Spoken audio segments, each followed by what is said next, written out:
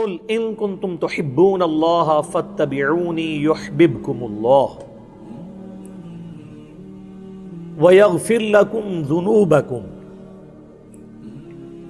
واللہ غفور الرحیم۔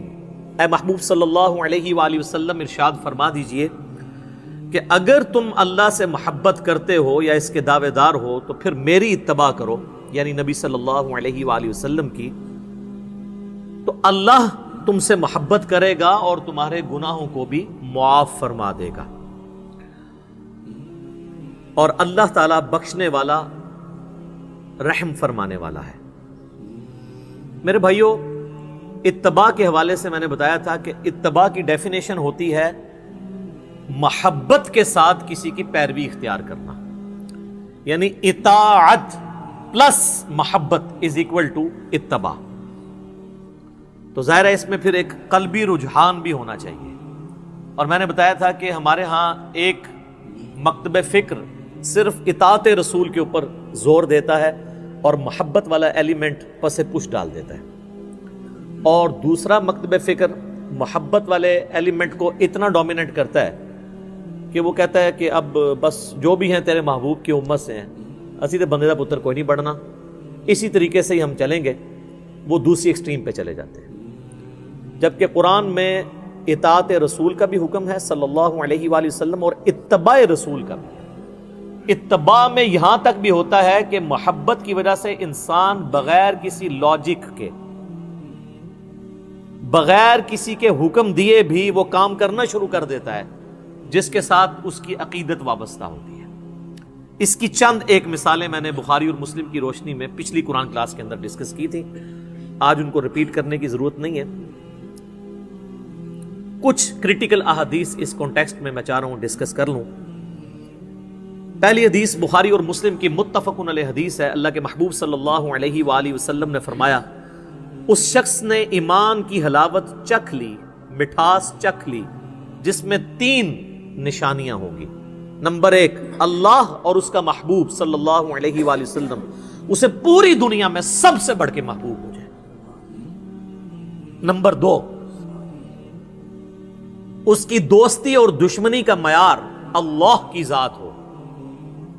اور نمبر 3، کفر کی طرف لوٹایا جانا اس کے لیے اتنا ہی مشکل ہو جائے جتنا زندہ آگ میں جلایا جانا، وہ آگ میں جلنے کے لیے تیار ہو جائے لیکن اسلام نہ چھوڑے۔ جس میں یہ 3 خوبیاں ہوں گی وہ ایمان کی حلاوت چکھ لے گا۔ اللہم اجعلنا منہم، آمین۔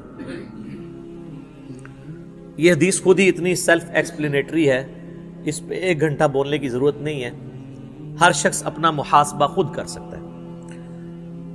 ایک اور حدیث ہے بخاری اور مسلم میں، متفق علیہ حدیث ہے، شروع میں ہی کتاب الایمان میں، تم میں سے کوئی شخص اس وقت تک مؤمن نہیں ہو سکتا جب تک کہ میں اسے اس کے ماں باپ، اولاد، سب لوگوں سے بڑھ کر عزیز نہ ہو جاؤں۔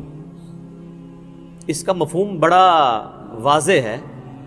محبت کا تقاضا یہ نہیں ہے کہ صرف اونچی آواز میں نعرہ لگا لیا جائے، بلکہ پوری دنیا، حتیٰ کہ اس کے ماں باپ، اولاد اور سب رشتہ دار، پوری دنیا والے ایک طرف کھڑے ہوں اور اللہ کے محبوب صلی اللہ علیہ وآلہ وسلم اسے دوسری طرف بلا رہے ہوں، تو وہ سب کی پرواہ کیے بغیر اللہ کے محبوب صلی اللہ علیہ وآلہ وسلم کی دعوت پر لبیک کہے، یہ ہے اس کا مطلب۔ اور ظاہر ہے کہ بڑا مشکل کام ہے۔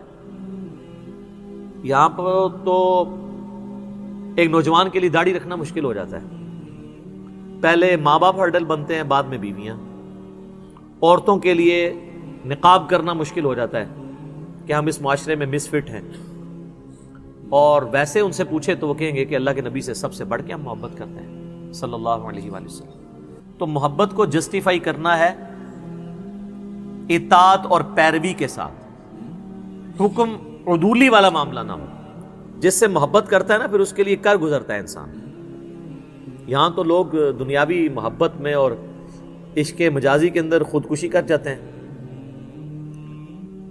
تو وہ پھر کسی حد تک ویسے اپنی محبت میں جسٹیفائی ہوتے ہیں کہ جان دے دیتے ہیں، باقی ان کا عمل جو ہے وہ تو غلط ہے۔ لیکن یہاں پہ جان دینے کے لیے سارے مسلمان تیار ہیں۔ کہتے ہیں نا غلامی رسول میں موت بھی قبول ہے، اس لیے کہ انہیں یقین ہوتا ہے کہ ہم سے موت کوئی نہیں غلامی میں مانگے گا۔ ہم سے ڈیمانڈ ہوگی فجر کی نماز جماعت سے پڑھنے کی، یہ تو ہم پڑھ نہیں سکتے. موت ہمیں قبول ہے، کیونکہ موت تو ہم سے کسی نے مانگنی نہیں ہے. وہ تو لڑ گئے لڑنے والے اللہ کے لیے، قادسیہ اور یرموک اور بدر و احد، رضی اللہ عنہم اجمعین وعلیہم السلام اجمعین ورحمہم اللہ اجمعین آمین. ہم تو صرف دعوے دار ہیں. ہم ایئر کنڈیشن ماحول میں بیٹھ کے بھی خشوع خضوع کے ساتھ نماز نہیں پڑھ سکتے. ٹیلی فون ہم نے، سیل فون جو ہے وہ سائلنٹ پہ نہیں وائبریٹر پہ لگایا ہوتا ہے کہ نماز کے دوران اگر آ جائے مجھے پتہ تو چل جائے. جب ہمارا اللہ سے کمٹمنٹ کا لیول یہ ہوگا تو پھر ظاہر ہے اس کی آؤٹ پٹ تو ویسے ہی نکلے گی نا، کہ کہتے ہیں جی نماز میں وہ عجیب و غریب قسم کے خیالات آتے ہیں. جب آپ نماز کے باہر ان خیالات میں رہتے ہیں تو نماز میں بھی اسی خیال میں ہی رہیں گے نا. سوئچ آف تو کوئی نہیں کر سکتا. ایک اور حدیث ہے صحیح بخاری میں، نبی صلی اللہ علیہ وآلہ وسلم اور سیدنا عمر چہل قدمی کر رہے تھے، اور نبی علیہ السلام نے حضرت عمر کا ہاتھ پکڑا ہوا تھا. تو سیدنا عمر تھوڑے سے فرینک ہو گئے رسول اللہ کے ساتھ صلی اللہ علیہ وآلہ وسلم کہ مجھ پہ اتنی شفقت ہے، تو انہوں نے کہا تھوڑی حاضری ہم بھی لگوا دیں. صحیح بخاری کے الفاظ ہیں، انہوں نے کہا یا رسول اللہ اس پوری دنیا میں سب سے بڑھ کر مجھے آپ عزیز ہیں سوائے اپنی جان کے. ویسے سچ بولا انہوں نے. غصے والا بندہ جو ہے نا سچ بولتا ہے، جس کے مزاج میں تیزی ہونا سچائی بھی ہوتی ہے. تو ہم ہوتے تو شاید ہم جھوٹی موٹی کہہ دیتے کہ یا رسول اللہ اپنی جان سے بھی بڑھ کے.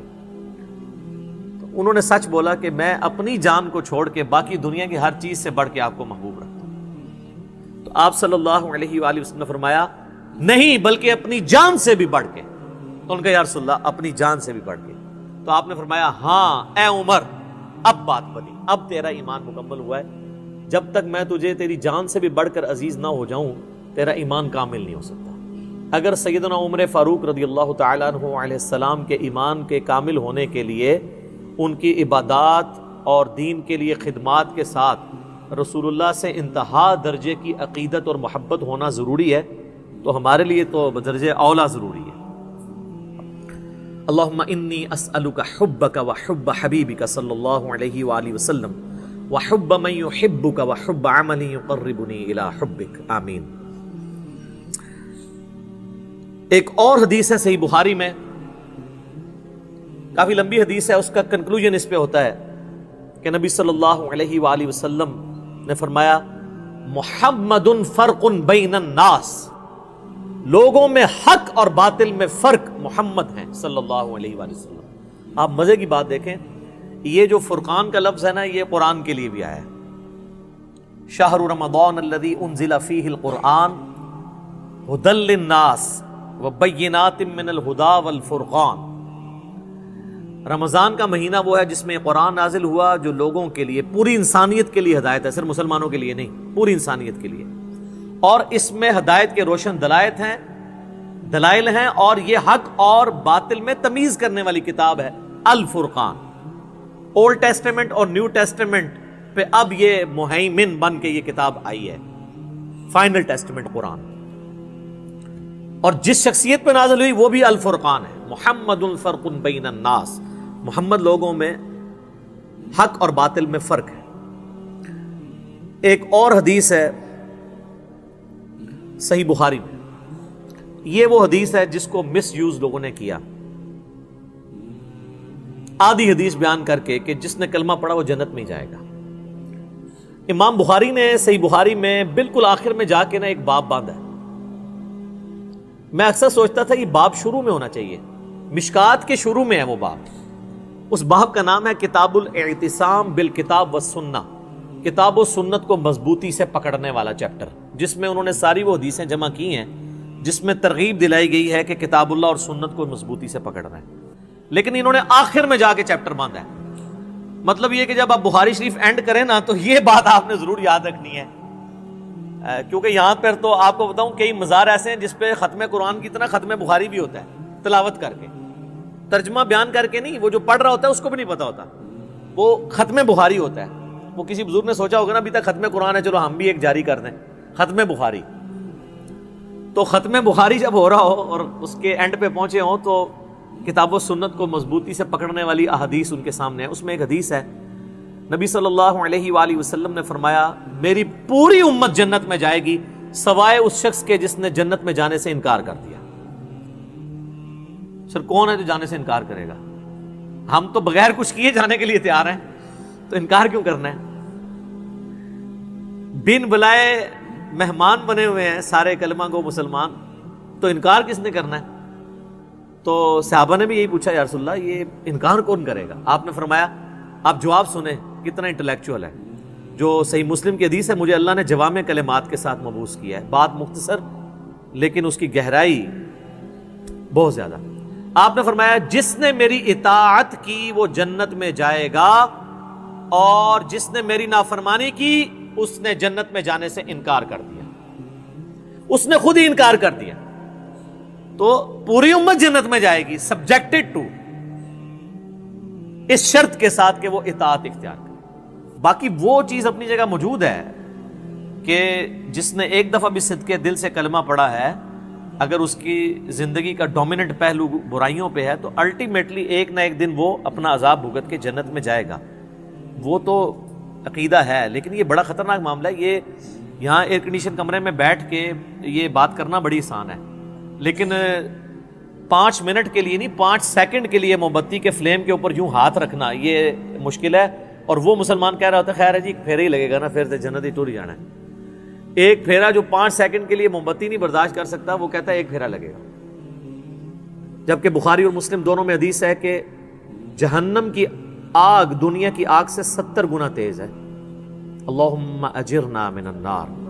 اور بخاری اور مسلم کی متفق علیہ حدیث ہے کہ جہنم کا سب سے ہلکا عذاب یہ ہے کہ پاؤں میں آگ کی جوتیاں پہنائی جائیں گی اور اس کی تپش سے دماغ ہنڈیا کی طرح کھولے گا. یہ سب سے ہلکا عذاب ہے. تو بھاری عذاب کون اس کو بریف کر سکتا ہے؟ ویسے آنکھیں بند کرنی ہے تو بے شک کر لیں. وہ جو مولا علی کا قول ہے کہ انسان سویا ہوا ہے مرتے ہی جاگ جائے گا، اوہ اصل زندگی تو یہ تھی، لیکن اس وقت جاگنے کا فائدہ نہیں. ایک اور حدیث ہے مسند امام احمد میں ہے، المستدرک للحاکم کے اندر بھی ہے، مشکات میں بھی آپ کو مل جائے گی شروع میں ہی. اللہ کے محبوب صلی اللہ علیہ وآلہ وسلم نے زمین پہ ایک سیدھی لکیر کھینچی اور اس کے دائیں اور بائیں کچھ ٹیڑھی لکیریں کھینچی ایسے، اور آپ نے اس سیدھی لکیر کے اوپر ہاتھ رکھ کے کہا وَأَنَّ هَذَا صِرَاطِي مُسْتَقِيمًا، یہ ہے سیدھا راستہ میرا، اس کی پیروی کرو، ادھر ادھر کے ٹیڑھے راستوں کی پیروی نہ کرو ورنہ تمہیں وہ اللہ کے راستے سے ہٹا دیں گے. یہ وہ چیز ہے جس کی اللہ تمہیں وصیت کرتا ہے. یہ آیت آپ نے تلاوت کی سورۃ الانعام کی، اور پھر آپ نے فرمایا یہ ارد گرد ٹیڑھے راستے ابلیس کے راستے ہیں اور یہ سینٹر میں جو سیدھا راستہ ہے یہ میرا راستہ ہے، نبی صلی اللہ علیہ وآلہ وسلم کا راستہ. لہذا یہ اکثر لوگ جو کہتے ہیں نا جی سارے راستے جو ہیں وہ حق پہ ہی ہیں، اور پھر مثالیں دیتے ہیں، کہتے ہیں جی آپ نے مقصد تو سفر طے کرنا ہے، کوئی گاڑی میں سفر کرتا ہے، کوئی ٹرین میں کرتا ہے، کوئی پیدل جاتا ہے، راستے بھی مختلف ہو کے آپ پہنچ ہی جاتے ہیں منزل مقصود پہ. یہ دنیا کی مثالیں اللہ کے راستے کے لیے آپ نہیں دے سکتے، کیونکہ اللہ کا معاملہ تو بالکل الگ ہے، اس نے تو راستہ ایک بتایا ہے. اسی لیے آپ دیکھیں ہدایت کے راستے کو قرآن میں ہمیشہ سنگولر کے صیغے سے خطاب کیا گیا ہے. اہدنا الصراط المستقیم، اے اللہ سیدھا راستہ دکھا. صراط الذین انعمت علیہم، وہ راستہ جس پہ تیرے نیک انعام یافتہ لوگ چلے. تو نیک انعام یافتہ لوگ راستے پر چلے، راستوں پہ نہیں چلے. جب ایک سے زیادہ ہوں گے تو وہ نبی علیہ السلام کا راستہ نہیں ہوگا. یہاں کہتے ہیں سارے حق پہ ہیں جی، کہتے ہیں جی وہ سب نے اسی ایک بڑی نہر سے یا سمندر سے ہی پانی لیا ہے. دنیا میں تو ہم نے دیکھا ہے کہ اگر کھارے پانی کی نہر ہے تو اس کی جتنی بھی ندیاں نکالیں وہ کھاری ہوتی ہیں، اور میٹھے کی ہے تو میٹھی ہوتی ہیں. تو یہ کیسی آپ کی نہریں ہیں کہ جس میں 180 ڈگری چیزیں ہوتی ہیں، حتیٰ کہ آپ کے ٹالرنس کا لیول یہ ہے کہ آپ نے 300-350 سال تک خانہ کعبے میں 4 مسلے ڈال کے رکھے ہیں. اگر آپ یہ سمجھتے ہیں کہ چاروں اہل سنت کے امام حق پر تھے تو 4 مسلح ان کے نام پہ کیوں ڈال دیے؟ چلیں 4 نمازیں بانٹ لیتے کہ ایک امام کا ماننے والا پڑھائے گا، دوسرا، تو پھر تو بات سمجھ آتی۔ 4 مسلح الگ کر دیے، نمازیں الگ کر لیں، اس کے باوجود راگ الاپنا۔ یہ تو اسی طریقے سے ہے کہ کوئی شخص اب ضد کرے کہ جی یہ میرے سامنے جو سٹاپ واچ ہے، یہ سٹاپ واچ نہیں پڑی ہوئی ہے، یہ گاڑی کھڑی ہے، ٹھیک ہے، اس کے لیے وہ کہ جی آپ ذرا اس کو مہذب حادثہ لگا کے دیکھیں، یہ چورس بھی ہے، یہ تھوڑی سی بڑی ہو جائے گی، یہ جو آپ کو نظر آ رہا ہے نا، یہ ٹائر ہیں، آپ کو اصل میں پتہ نہیں چل رہا۔ تو آپ جتنی مرضی کہانیاں کرائیں، جو چیز ہے وہی رہے گی۔ بہرحال گورا اس کہانی میں نہیں آتا، وہ کہتا ہے یار کوئی علمی کتابی بات کرو، جو ہم کہتے ہیں کہ مرنے سے پہلے اے مسلمان کر لے اس پہ غور، کتابوں کا خدا اور ہے، بابوں کا خدا اور